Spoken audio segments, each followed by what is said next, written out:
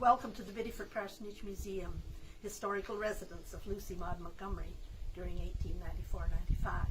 Come in, relax, and join us for Storytime with LM Montgomery.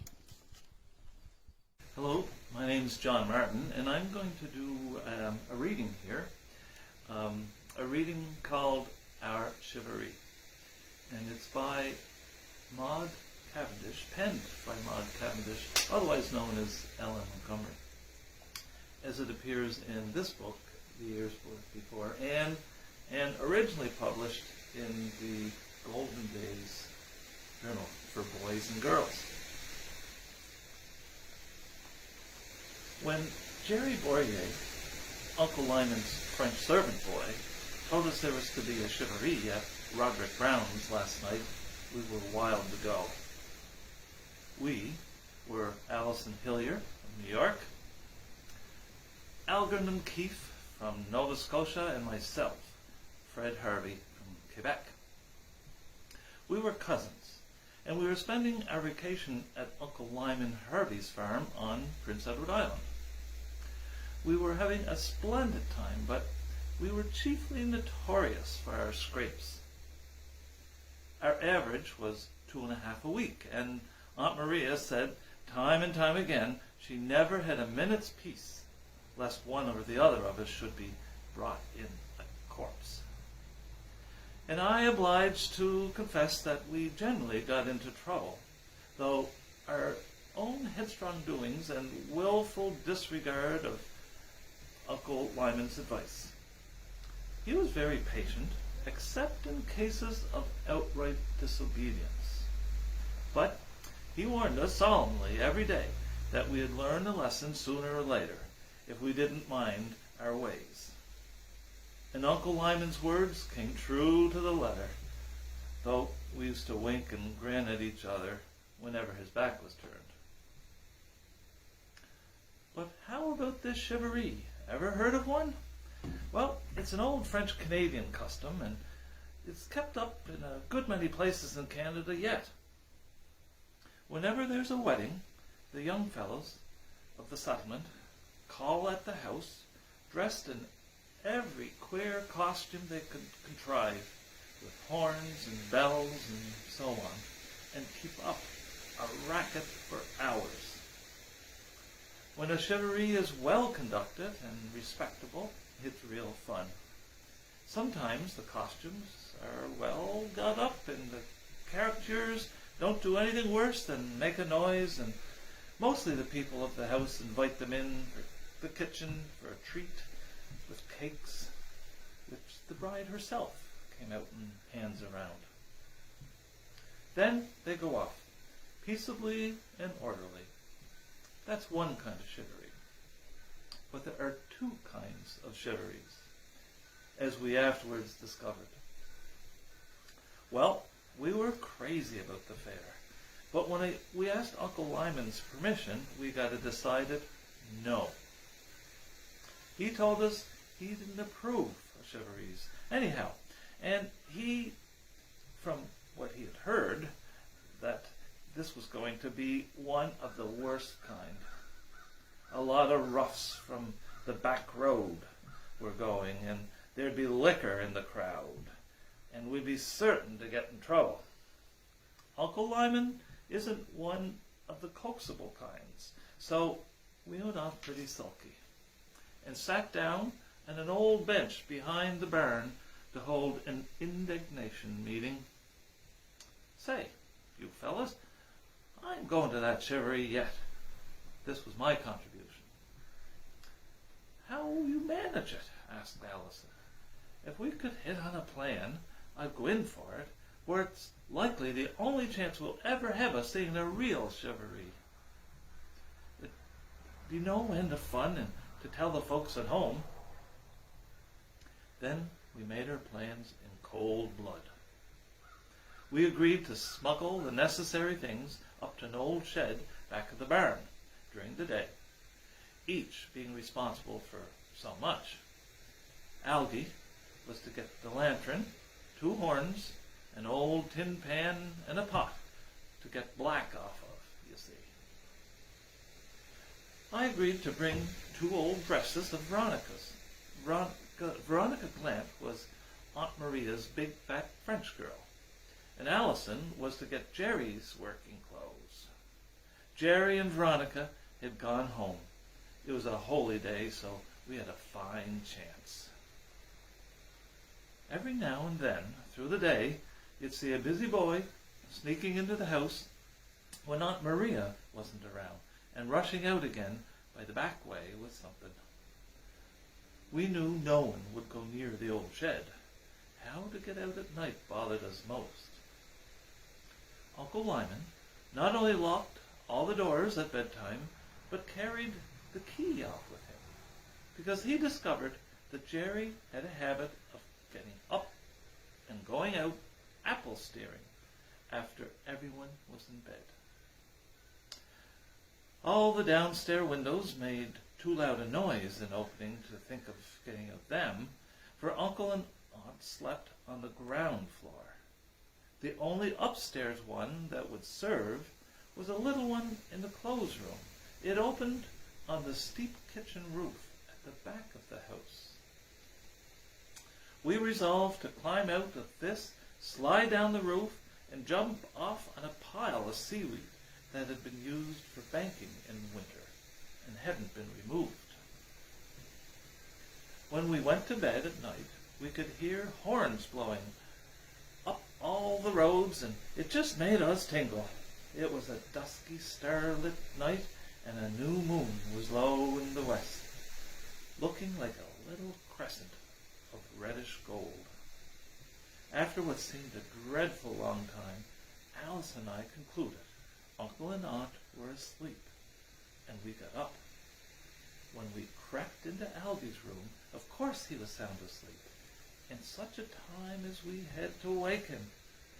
And then he was sleepy and stupid for half an hour. We took our shoes in our hands and tiptoed down the hall to the clothes room door. Then Allison tripped on a rag and fell against the door. It flew open with a bang, and the shoes went skating over the floor.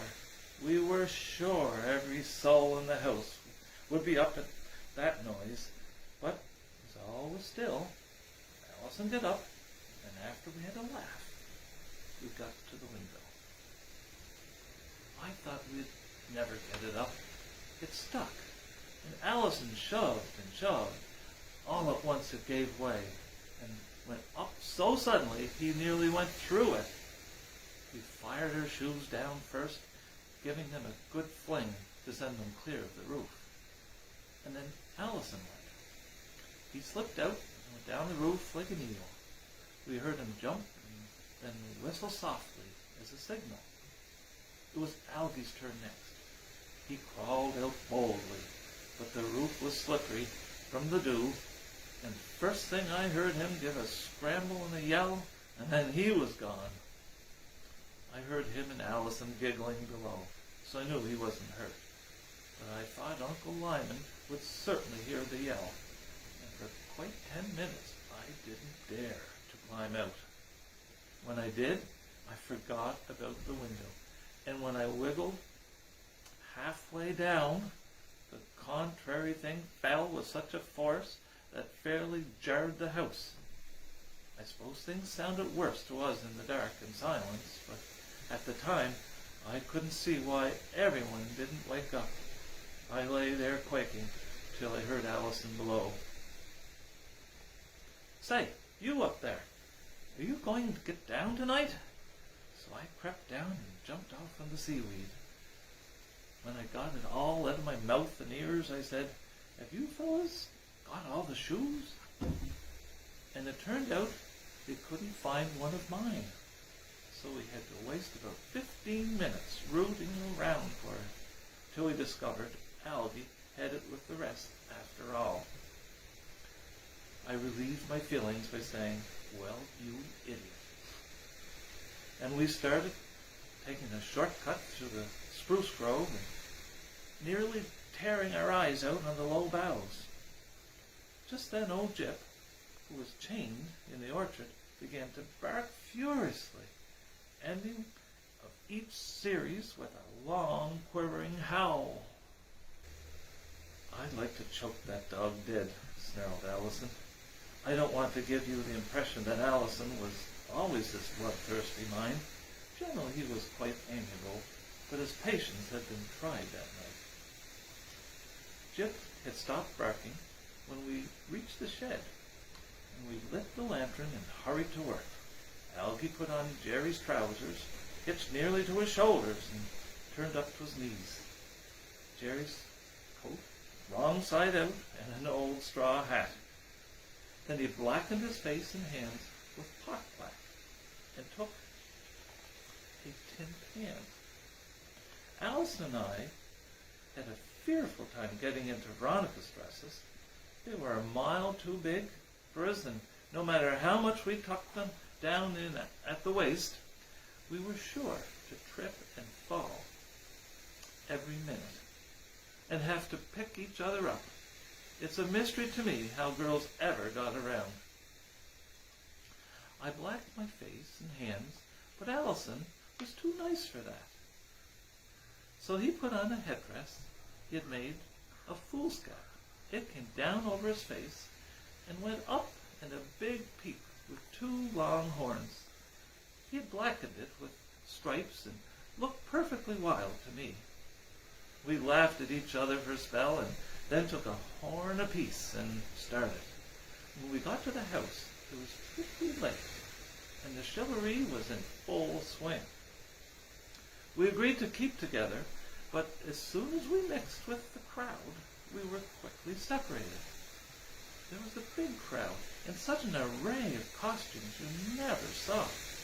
They all had torches of birch bark and burning brooms and such yelling and horn blowing and pan hammering. I got jostled around rather roughly, and besides, I was beginning to be doubtful. Some of the fellows were acting pretty wild. They had liquor, that was plain to see, and there was a good deal of fighting and pelting rocks at the house. And they kept getting worse. I was out of breath, blowing my horn, and after I'd been kicked and cuffed and knocked down once or twice, my taste for Charivaris was a thing of the past. Then someone fired a pistol, and I said to myself, I'm for out of this, and looked around for the boys. I was just despairing of finding them when the crowd opened before me, and I saw Algy standing bareheaded at the other end of the space. He started across and got in the way of a big chevalier who lifted his foot and kicked the child. Algy was only a little fellow. Before I could move, Allison sprang out and struck the bully fair in the face. Then I shouted and sprung forward. Someone tripped me and I fell. The next minute the whole crowd closed over me, mad with liquor, hooting and fighting. I thought the life was being trampled out of me. And then I felt someone grab me by the arm and drag me out. It was Allison. His headdress had fallen off, and he looked white and scared. Let's run, he panted. Algy, I gasped. Wait for us up the lane. Quick, now, before they see us. We ran pell-mell up that lane, Algy falling into rank as we passed him. And if you're ever trying to run in a girl's dress, you know it was a serious time. At the road, I just dropped down to get my breath and take off that dreadful skirt. Tell you, we're lucky to get out of that, puffed Allison as he struggled out of his. Uncle was right, as he always is. What fools we made of ourselves. You're a brick, Fred. That fellow would have downed me. He was a regular tough. I guess we're quits, I said feebly. Algy, did that chump hurt you? My leg's pretty sore, he admitted. I wish we'd minded Uncle Lyman.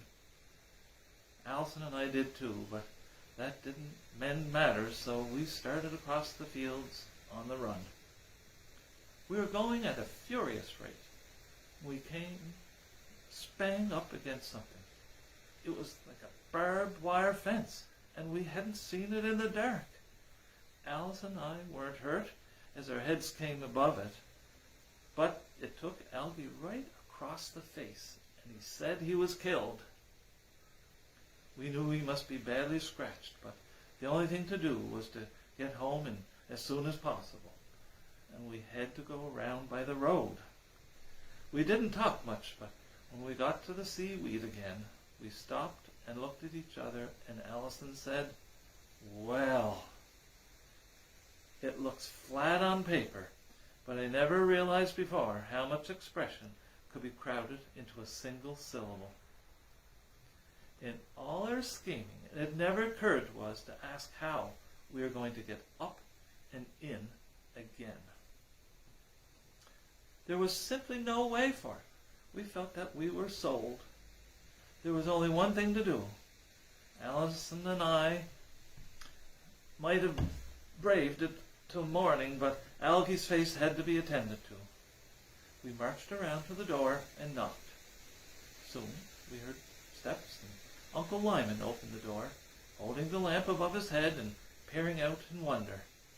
The wonder changed to blank amazement when he saw us.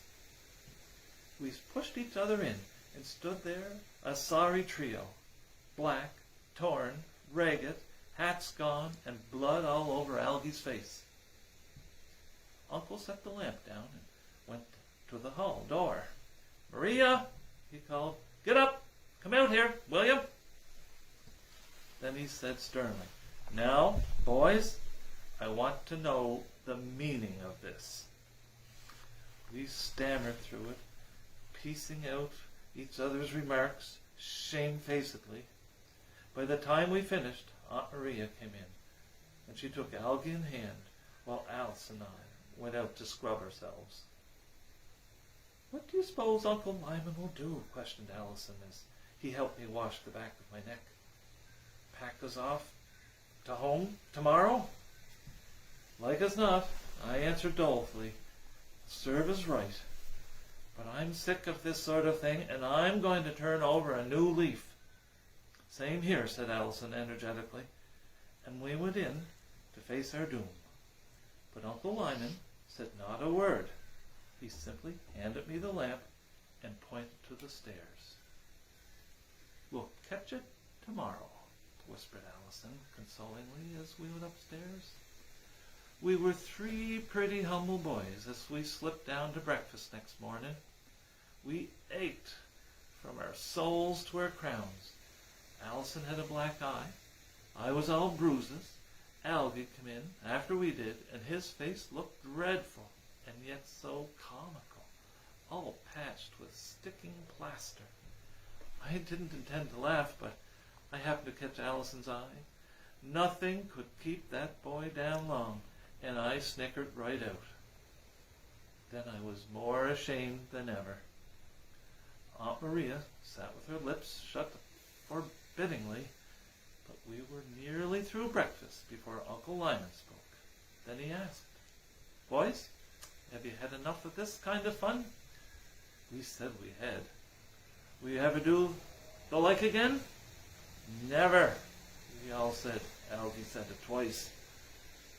And that was every word Uncle Lyman ever said, even when Jerry came in and said a man had been seriously hurt the night before. But we kept our word. Uncle Lyman had no reason to complain of our obedience the rest of the summer. He referred to the affair but once again, and that was when we saw us off to the station. Just before the train started, he came over to the edge of the platform. "Boys, you've had some queer experiences this summer. Now which one are you most ashamed of?" As the train glided out, we poked our heads out of the car window. "The chivalry," we all replied together.